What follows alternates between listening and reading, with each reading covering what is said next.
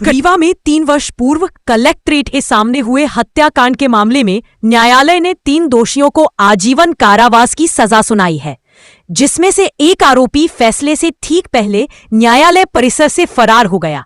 बताया जा रहा है कि आरोपी इस हत्याकांड के मामले में जमानत में रिहा हुआ था।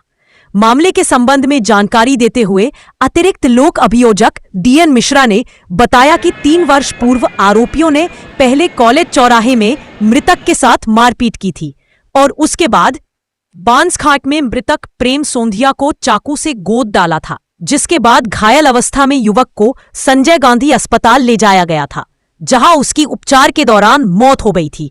जिसके बाद सिविल लाइंस पुलिस ने मामले में आरोपी राजेंद्र तिवारी, किशन सिंह और अमन गुप्ता के विरुद्ध विभिन्न धाराओं में प्रकरण पंजीबद्ध किया था। वहीं पूरे मामले में उपचाराधीन युवक की मौत होने के बाद पुलिस ने प्रकरण में 302 की धारा बढ़ा दी और आरोपियों को हिरासत में लिया। प्रकरण के विचारण के दौरान आरोपी अमन गुप्ता को न्यायालय द्वारा जमानत दे दी गई, जिसके बाद अमन गुप्ता जेल से बाहर आ गया। विचारण के दौरान अभियोजन द्वारा 13 साक्ष्य रखे गए, जिसके आधार पर न्यायालय ने तीनों आरोपियों को आजीवन कारावास की सजा सुनाई है। इस दौरान न्यायालय परिसर से जमानत में रिहा आरोपी फैसले से ठीक पहले फरार हो गया, जिसकी जानकारी मिलने के बाद न्यायालय ने कोर्ट परिसर से फरार हुए आरोपी को गिरफ्तार करने के आदेश पुलिस को दिए हैं। ये मामला सिविल लाइन थाना क्षेत्र का है। थाना सिविल लाइन में एक रिपोर्ट पड़ी थी। प्रेम सोंधिया और कनक चतुर्वेदी, प्राची उर्फ कनक चतुर्वेदी, जो कंचन ड्रेसेस सिरमौर चौराहा में नौकरी करते थे। फिर प्राची ने नौकरी को छोड़ दिया था और हुकुम सरकार रेस्टोरेंट में काम करने लगे थे। ये दोनों रात 9 बजे मोटरसाइकिल से कॉलेज चौराहा पहुंचे। तभी आरोपी राजेंद्र तिवारी, किशन सिंह और अमन गुप्ता मिले और इनका रास्ता रोक लिया कॉलेज चौराहे में और इनके साथ मारपीट की। मारपीट कर उन्हें भयभीत किया।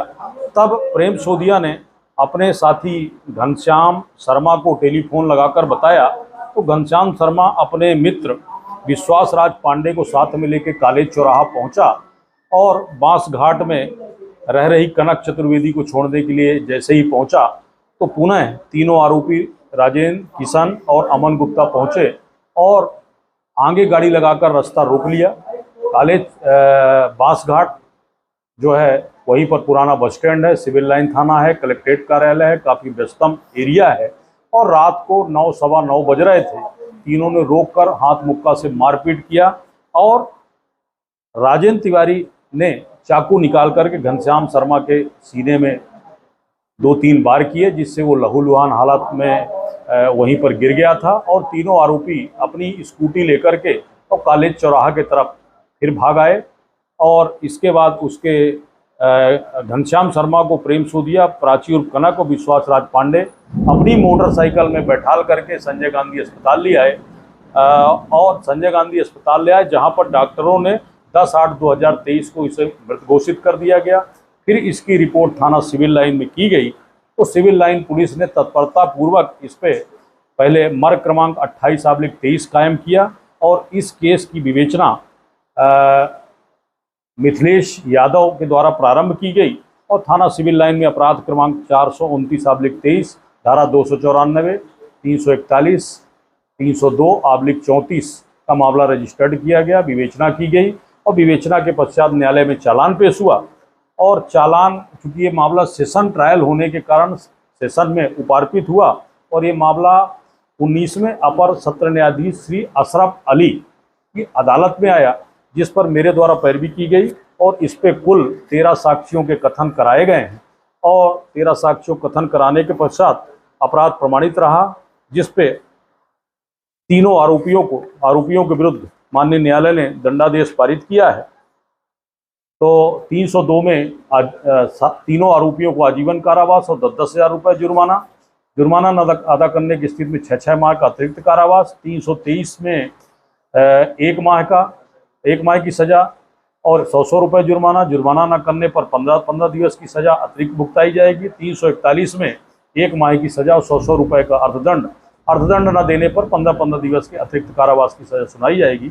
इस पर 2 आरोपी राजेंद्र तिवारी और किशन सिंह को न्यायिक अभिरक्षा में भेज दिया गया है और अमन गुप्ता फैसला आने के सुबह तक तो न्यायालय में उपस्थित था।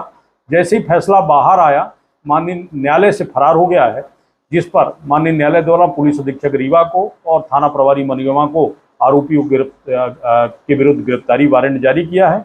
पत्र भी लिखा है, इसे गिरफ्तार कर माननीय न्यायालय में पेश करें।